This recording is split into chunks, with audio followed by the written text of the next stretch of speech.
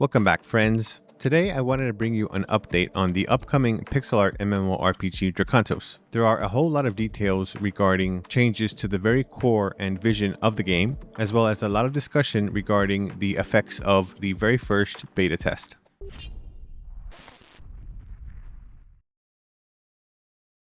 So, back in July of last year, 2025, we had the Drakantos first closed beta test. Thankfully, I was able to be a part of it, and I do have a video up on my channel showing a fair bit of gameplay. So if anyone's interested in that, go ahead and check that out. But overall, the first beta test was focused mainly on overall systems and PvE gameplay and mechanics, and also focus a lot on the multiplayer content as well. Now, within that whole beta test environment, a lot of players had a lot of requests for changes to the game. After the beta test ended, the Drakantos team put together a little list here of a lot of specifics regarding feedback from the players. And here I'm going to share with you those points. So to begin with, there were a lot of players asking for the ability to use WASD keys on the keyboard to be able to use their abilities and movement freely. As with most PC gamers, we're used to this setup, so a lot of people were asking for them to implement this into the game, and thankfully that will be happening.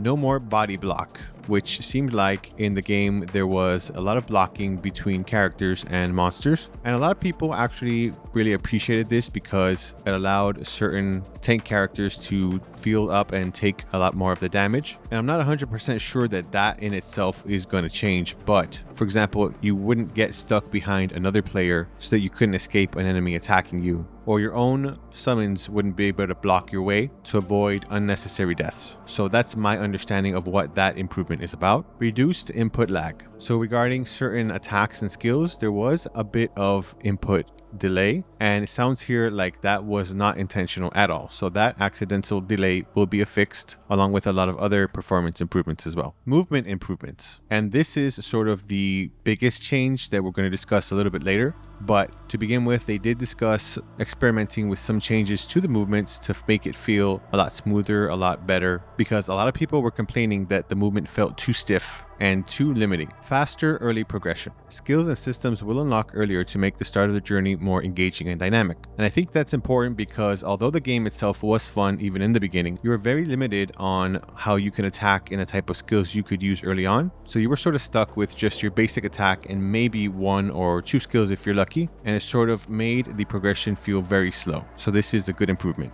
Better build clarity. So they are going to be working on improving how the build system is presented, because a lot of players were very much unaware of many extra systems that were available, and they're going to try and work out a way to make that more clear and the other aspects of your build easier to comprehend. And now another important thing that you're going to read here is about the upcoming beta test. So there are no specifics about when that's going to happen. They did mention that the next phase of the tests will be focused specifically on PvP. And I like the fact that they are working very diligently on both PvE and PvP elements of the game, because it gives a lot of variety to players and allows both groups of people who prefer either or to have something enjoyable to play during the game. Now, next, this is regarding what we discussed a little bit ago, which was the movement. And now this is a huge change in the direction and vision of the game, because a lot of games that are created with tile-based movements already have the concept of how the battle mechanics will work baked into that moveset. And after the beta test, there was a lot of back and forth between players discussing whether this would be a good idea or not. And there were a lot of players who were firstly turned off by the tile-based movement of the original movement sets, because once again, it felt too restrictive, too limited, a little bit too stiff for a lot of players. And then there were the opposite side, where the players felt that this was a necessity in the game, where the limitations were meant to be part of the core of the gameplay mechanics. Now, after a lot of feedback from it looks like the majority of players here, and a lot of discussion with the devs, they did make their final decision on this, and the decision was that the tile-based movements were completely gone. They have completely reworked the entire movement, and it has turned into something a lot more free form and a lot more open. personally for me, I really didn't have much of an issue with the tile-based movement, and in fact, actually it was a lot more clean and simplified in my perspective. However, there were a lot of little details that didn't quite mesh out when you played using the tile-based system. But I don't know for sure if I mind that much if this movement set gets changed. And I'm going to show you here a little bit of the changes and how the characters attack and move during their attacks. So that way you can get a better idea for yourself and you can decide for yourself if that's a deal breaker or not. I think it was a bit too early to really worry about those changes in the grand scheme of things, because again, it was a limited amount of players. It was the very first beta test and a lot of things were still being worked through. So I feel like for the devs, this was not that much of a loss in terms of players who had decided that they no longer wanted to play because of the movement changes. But that, in the end of the day, remains to be seen. And also at the end of the beta test, the devs did share something of a funny video here, which were some funny moments from players during their live streams for the closed beta. So if you're interested in watching some funny takes, the link is provided for you here on the screen. And once again, you can always go to the Discord and find that link for yourself, or otherwise go to their YouTube channel and you can find the link there as well. Also, they did a interview after the beta test. So if you're interested in checking out the full thing, they do have that available on their YouTube channel, and it is broken up into 4 different parts. Each video is something like an hour, and it does have its own playlist. So if you're interested in learning a lot more about the game, or maybe parts that weren't discussed you haven't heard online through other YouTube channels, feel free to check out the developer interview on their YouTube channel. Now, in November, they posted an update video, which is essentially a mashup of all of the update details that they shared with us after the beta test. And if you're interested in all of those updates since then, you can go ahead and check out the video there, which is once again on their YouTube channel, or you can find it through their Discord channel as well. Now, we're getting to the most recent updates here, and that is coming from their December devlog. And this December devlog is full of a lot of really good information regarding the future of the game, a lot of updates regarding enemies, systems, mini games, and a lot more. So one thing that isn't really particularly discussed is customization for characters here, but they have discussed it in the past. So for customization, they do have the options for the pixel character to change along with their avatar, but in regards specifically to things like outfits and character specific outfits, they do share 2 unique outfits here. One for Yura, which is my main, and the other one for the girl with the spear whose name I forgot here. But that does tell us a lot about where the concepts are headed, and I have to say the art design is pretty good. Tell me what you think in the comments below. Now, regarding new enemies, they're sharing here some details about what's called a corrupted enemy. So corrupted enemies are more or less elite or special enemies, and as with most other RPGs, you will find that these enemies are much more difficult and much more of a challenge compared to the regular enemies. But with that, there's likely going to be a lot more rewards involved as well. These specific type of enemies will have a very wide range of different skills, and the dev said they have so far created 50 different mechanics that can be blended together to create each unique fight. So it seems like with every unique monster battle here, the fight will be much different from another. Regarding minigames, so there were a lot of people asking about fishing. You can do a lot of other things in the world already, like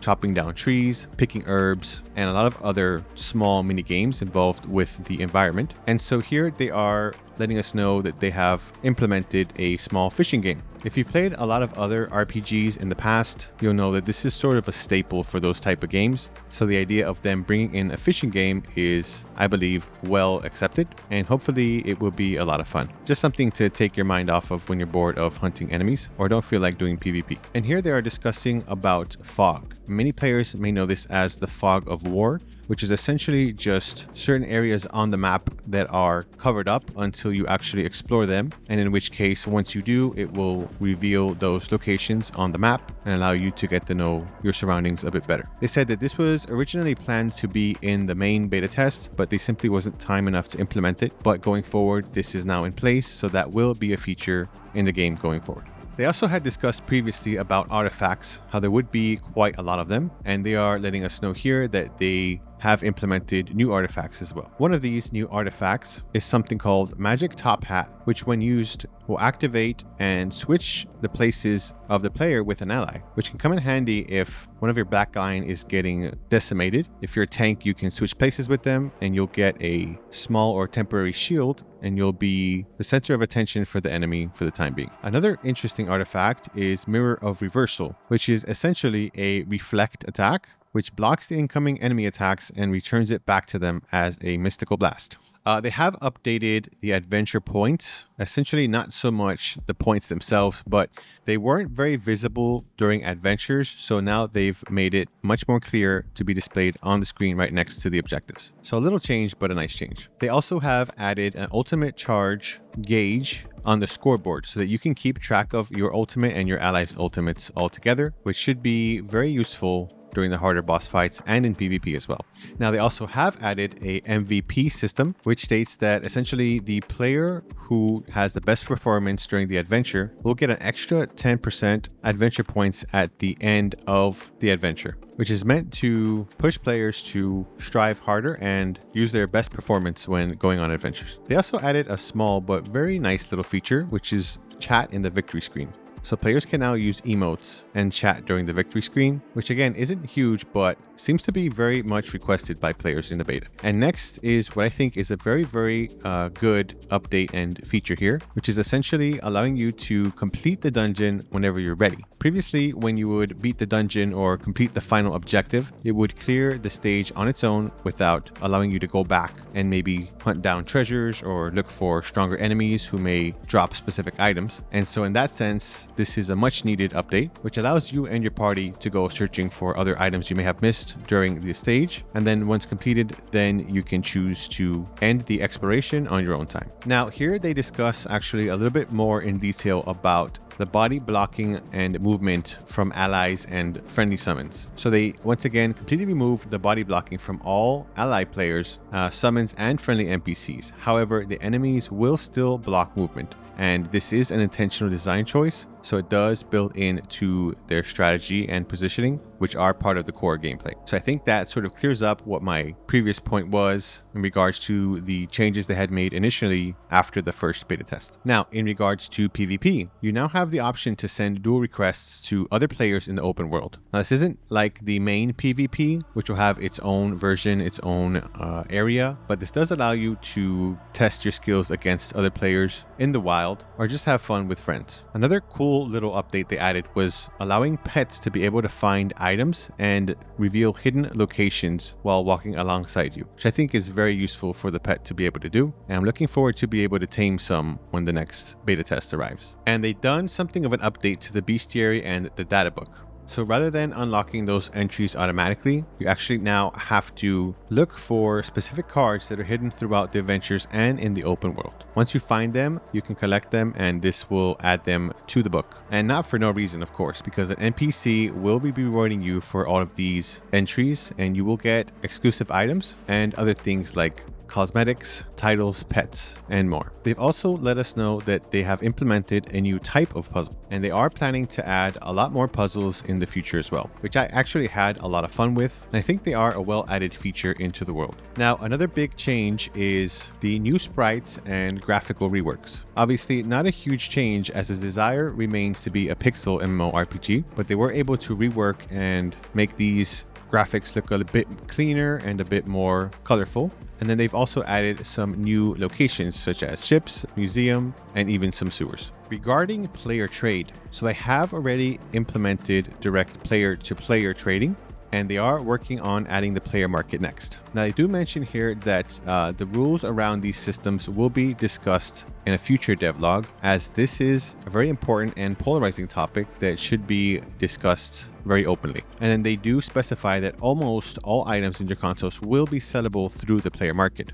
However, of course, some specific restrictions will be in place and are meant to prevent RMT. And so their conclusion for this devlog is to let us know that they are returning to focusing fully on the content and core gameplay now that the movement system has been changed and completed. And they're letting us know that they were able to make a lot of adjustments and changes to the system based on the beta feedback. So it sounds like it was a success. And their next focuses will be on fully implementing the PvP modes, the player market, and reworking things like the trophy passive system. They'll also continue to work on quests, expanding the world, and wanted to let us know once again that the next beta test will be focused specifically on PvP, but will of course still include PvE content, so players can still test how the new gameplay feels with the updated movement system. And finally, here in January, they did provide some little teaser updates regarding PvP. So here is a bit more clarity in regards to what the PvP in this game will turn out to be. So essentially, in their vision of this PvP, it will feature multiple different modes, maps, heroes, and strategies, and should work a lot like a mini MOBA. And because they believe it is a very fun game mode, they will allow players to access PvP right at the beginning of the game alongside PvE adventures. Personally, I'm not a fan of MOBA games, but I'm obviously in the minority because a lot of people do love them. But it doesn't mean I am turned off immediately from the idea of PvP in Drakantos. I'm very interested to see what this will turn out to be. Regarding PvP matches, players will have equalized stats to give a more fair and competitive difficulty to all players. When you win PvP matches, both in the casual and ranked matches, you'll earn experience and you'll also get rewards, which will function as alternative progression path, which is similar to PvE. And the idea here is that people who would prefer to play PvP over PvE don't feel like they're wasting their time. Essentially, this means that you can play PvP and still level up your heroes from scratch. Although this may be at a slower pace than PvE, it allows the player to be rewarded for their dedication. They say they will discuss a lot more about this and how it works in the next devlog. Now, the other modes of PvP are dungeon invasions, open world PvP, and other competitive modes as well. And here you're going to see a couple of different rank symbols, and they range from bronze all the way up to ethereal rank. And that's about it for this update here. So as you've seen, there have been a lot of very big changes in the direction of the game and a lot of the core mechanics tied into the game. Once again, I think the vast majority of these updates and adjustments are a good thing, but there still are a lot of players who are not happy about them, including and specifically relating to the movement change. And once again, I just want to say from my personal opinion, I think it's still too early to write this off. Just because the movement did change, I feel like there's still a lot to be learned and a lot to experience in the game, and there's nothing that says a dev can't change their vision as they go. They personally didn't seem too upset about the change and thought that it would be a very welcome one for all the players who gave their feedback after the beta test. The game itself was a lot of fun. I spent something like a good 4 hours playing the beta test and trying out many different characters, and I think I am looking forward to trying out the next beta test, although I've never been a big fan of PvP. However, I do want to give it a chance and see all that the game itself has to offer. Now, in regards to a date for the next beta test, there isn't anything concrete just yet, at least not that I'm aware of. However, I have heard rumors and whispers of something happening in late March. Take this with a grain of salt because I don't have any evidence to back this up just yet, but I have a very sneaking suspicion we will hear details about this or something related to it within the coming weeks. And that's about all the information I have on this update for Drakantos. So what do you all think about the changes that they've made to this game? Do you think this is something worth sticking around for? Or do you feel like the changes have changed the whole game beyond repair? What do you think about the PvP? Are you excited for all the different modes they have? Let me know in the comment section below. If you enjoy gameplay, narratives, game reviews, gaming news, and commentary, consider liking this video and subscribe to The Hero's Blade. Until next time, wish you all the best and God bless.